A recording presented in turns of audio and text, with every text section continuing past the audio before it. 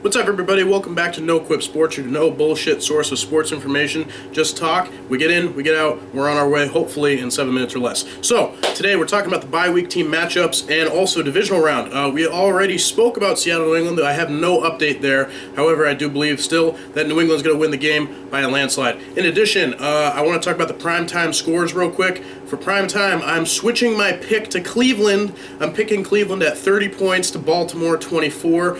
Seattle, I have them at 27 and New England at 41. It's a big number, I know, but I think we can pull it off.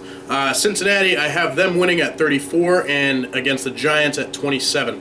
Now, for our divisional matchups, we have Houston, who's coming off the bye, going against Jacksonville. Houston's coming in at 5-3. Jacksonville's coming in at 2-6. Injuries for the Texans. We're talking about Will Fuller. He's got a lingering leg injury. Hopefully, he's still playing. However, at the same time, their offense really hasn't been much different because they haven't been able to get an incredible amount of things going.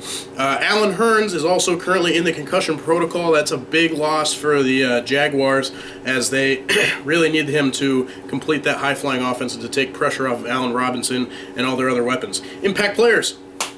Houston, we have Lamar Miller. Absolutely energetic, great, fantastic season that he's been having, and also DeAndre Hopkins. I think if Houston is to win this game, they really need to get their passing game going. I think that's a big deal for them. In addition, speaking of passing game, we're talking about Blake Bortles and Allen Robinson.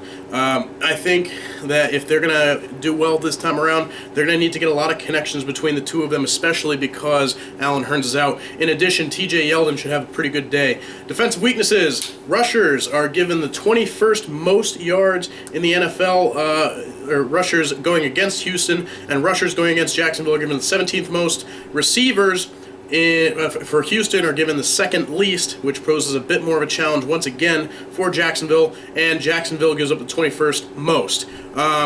In addition, we have Minnesota visiting Washington off the bye week. Also, that big divisional game that I was telling you about, Minnesota's coming in at 5-3. However, they're trending downwards. And Washington's coming in at 4-3-1. Injuries, obviously you have Teddy Bridgewater and Adrian Peterson, who are out because of season-long injuries, and I believe Washington doesn't have anything major that's going to be big and impactful on the game, especially now that they have Jordan Reed back for sure. Impact players, you got Stephon Diggs and Matt Asiata. I think there's a lot to be had there. However, once again, it seems like the Minnesota offense has gone into an early winter slumber. On the other side of the ball, you got Jordan Reed and Jamison Crowder. I think the two of them need to have a big day in order to come up big against this Minnesota defense, which has still been performing, just not putting up all the touchdowns like they were at the beginning of the year, which is totally fine. On the defensive weaknesses, Minnesota gives up the 8th least to rushers, which is going to give their running back in Washington a big problem, as well as Washington gives up the 26th most yards, which means Matt Asiata theoretically should have a pretty decent day. Receivers, both are in the top 10 for not giving up as many yards, so it's going to be a hard day for quarterbacks and wide receivers in that matchup. Also, you have San Francisco versus Arizona. I'm going to be honest with you all, there's really not much to say about this game. Vegas has totally written off San Francisco. I've totally written off San Francisco. ESPN has written off San Francisco.